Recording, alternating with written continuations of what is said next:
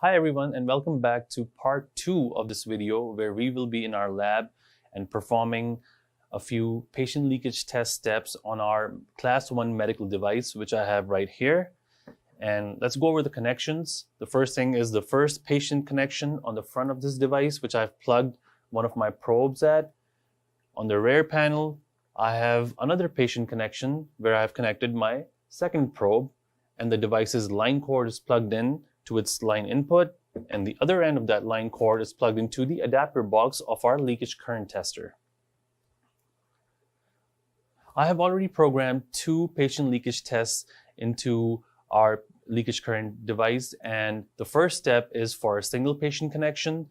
So we'll make sure that the current flowing from one patient connection to ground is measured properly, and in the second step we will be testing between 2 patient connections, measuring the current that can flow from one patient connection to the other. So with that said, let's take a look at our test parameters.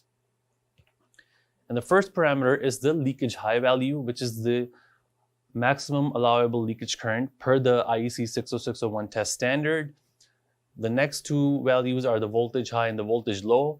This will make sure that the voltage that I'm testing at stays within the limits, and I'm testing this device at 264 volts, which is the 110% of 240.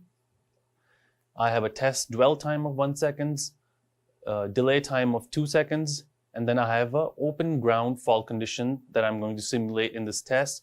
I have my measuring device circuit selected as 60601, and I have my probe set to probe high to line for one patient connection, and in the next step, the only difference is that my probe configuration will be probe high to probe low to make sure that I'm measuring between 2 different patient connections.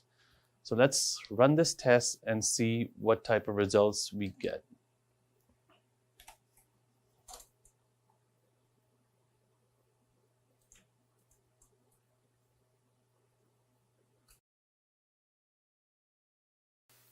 So our test is complete, and let's take a look at the results.